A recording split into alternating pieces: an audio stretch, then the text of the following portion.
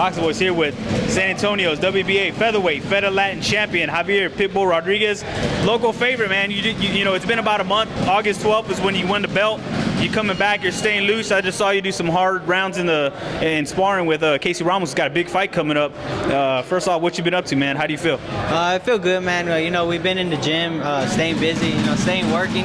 After the fight, we took a couple days off, you know, a couple weeks, you know, enjoyed our win. We celebrated, and now we're just back to, you know, the drawing board, and hopefully something comes up soon. Yeah, I mean, you got a good team behind you, you know, ever since you won that title. Even before that, you had, you know, a good promotional team, you know, people pushing your name, and the ticket sales reflect that. But, I mean, now it seems like it's gaining a lot more steam, and you're kind of growing into yourself as a professional fighter and as an individual. From now to 2 years ago, when you had a setback, what's the difference? You know, a lot of different training, man. You know, I want to give a shout out to Blacktop Boxing, man. You know, my boy Chris, he's been helping me out with some strength and conditioning. And I hadn't had a knockout in over about a year or maybe 2 years, man. And this boy worked me hard, and you know, we came out with the victory in a 6-round knockout. But we've been staying, you know, positive after that setback, and you know, it came out to be a major comeback, man. And thankfully, we got that title. And what I noticed was that you made subtle changes. They didn't try to change you to where they're trying to completely flip you upside down.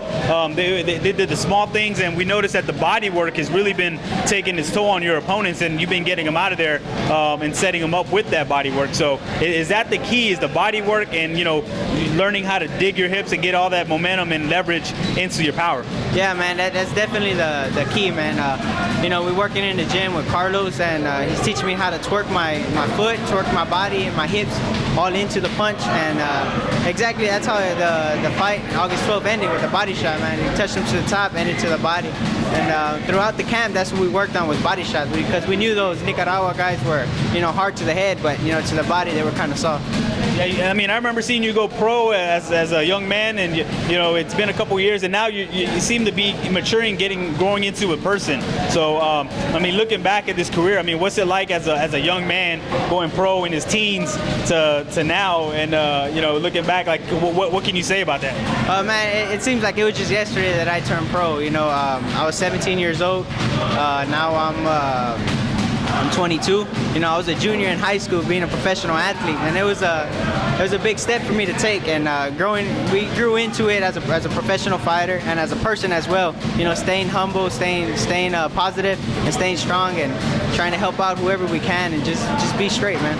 And you won that belt. It puts you in the running as far as the WBA, and you're doing it at such a young age. So going back to being so young doing it, what's it like as life as a fighter when, you know, your peers, everybody your age is out there, you know, just having fun, you know, doing what young people do, you know what I mean? Going out, like when I was your age, I was a club rat. So I mean, what do you do, man? How do you combat that? You know, I mean, as a fighter, having to stay away from everything like that. As a fighter, you know, you just got to stay away from, you know, distractions, man. There's a lot of distractions out there in that world, man. But the world we live in is the world we get. So, you know, I have a lot of friends that like to go out, you know, have fun and everything. I'm not gonna say I don't have fun, you know. I'm only human, you know. I gotta get my fun in. But other than that, I'm a family man. You know, I hang around with my pops and my mother. You know, we all get together at times, family gatherings, everything. But you know, as a fighter, you know, thinking back when I was 17, you know, I figured, you know, I'd be out in the streets or, you know, going to games. I couldn't go to football games because I had to be training. I couldn't go to football games because I had a fight coming up. Making weight, dieting, and, you know, eating, it all takes a toll on you. But at the end of the day, man, it's all worth it.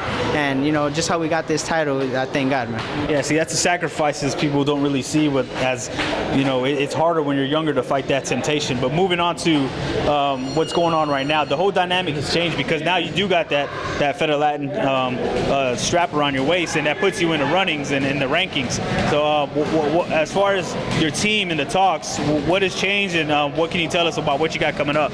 Training has definitely changed, man. You know, now we are ranked number 14 in the world in the WBA, and you know, we got likes of Leo Santa Cruz, Abner Mares, Abraham Lopez, and we got a lot of tough fighters ahead of us. You know, we want to get to that number 1 spot, and it ain't gonna be easy from here on. It wasn't easy then, and you know, camp's gonna be different now.